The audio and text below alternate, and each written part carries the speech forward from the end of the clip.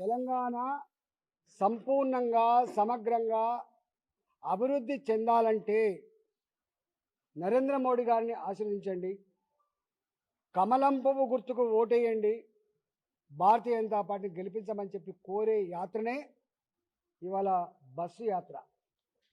ఈ బస్సు యాత్రలో మా యువత కానీ మా కార్యకర్తలు కానీ ప్రజలు కానీ పెద్ద ఎత్తున పాల్గొనాలని చెప్పి నేను విజ్ఞప్తి చేస్తున్నా. దాని విజయవంతం start more US based e-learning platform. మీరు కూడా స్లాట్ బుక్ చేసుకోవాలంటే ఈ నెంబర్కి కాల్ చేయండి. చెప్పి నేను విజ్ఞప్తి చేస్తున్నా. ఇవాళ కాంగ్రెస్ పార్టీ ఇది మా జిల్లా, ఈ దఫా ఏ జిల్లా లేవు. అది భువనగిరి పార్లమెంట్ అయినా, అది నల్లగొండ పార్లమెంట్ అయినా, అది ఖమ్మం పార్లమెంట్ అయినా ప్రజలందరికీ ఒకటే ఉన్నది. ఈ దఫా మాకు పార్టీతో సంబంధం లేదు, మాకు జెండాతో సంబంధం లేదు. మాకున్న సంబంధం బంధం అభివృద్ధి బంధం, ఆత్మగౌరవ బంధం, మోడీ గారిని గెలిపించే బంధం అనే పద్ధతిలో ఇవాళ ఆలోచిస్తూ ఉన్నారు. ప్రజలు వీళ్ళ మాటలు వాళ్ళ మాటలు తాత్కాలికమైనటువంటి దానికోసం మనం వచ్చేస్తే గోసపడతామని చెప్పి విజ్ఞప్తి చేస్తూ మీ అందరికీ భారతీయ జనతా పార్టీని నిండు మనసుతో ఆశీర్వదించమని చెప్పుకుంటూ నమస్కారం.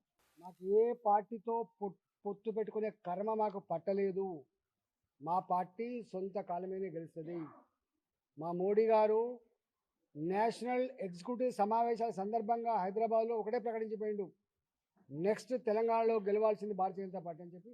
దానికి అనుగుణంగానే మొన్న ఎన్నికల్లో మేము పోటీ చేసాం. మీకు తెలుసు, ఫస్ట్ టైం మాకు 112 నియోజకవర్గాల్లో 11-12 నియోజకవర్గాల్లో మేము పోటీ చేసినాం.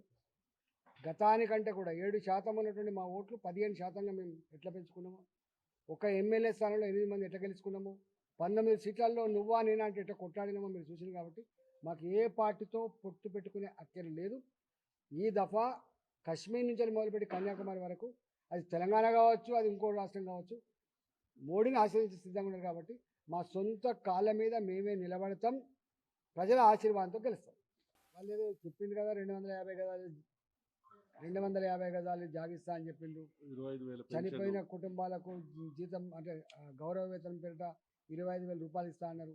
మరి ఎప్పుడు ఇస్తారో చూడాలి. దరఖాస్తులు అయితే తీసుకుంటానంటే ఇవ్వబోతాం అనే మరొకసారి నమ్మించడానికి వాళ్ళు ప్రయత్నం చేస్తున్నారు. నాకు తెలిసి ఇంతకుముందు చెప్పిన, నేను కూడా ఆర్థిక మంత్రిగా పనిచేసిన కాబట్టి జీతాలు ఇచ్చడానికే పైసలు లేవు, ఉన్న పెన్షన్ ఇచ్చడానికే పైసలు లేవు. మరి వీళ్ళు ఎట్లిస్తారో చూడాల్సిందే. ముసళ్ళ పండుగ అంతా ముందటున్నది. యాక్చువల్గా నా ప్రాంతం కరీంనగర్ ప్రాంతం, మీకు తెలుసు.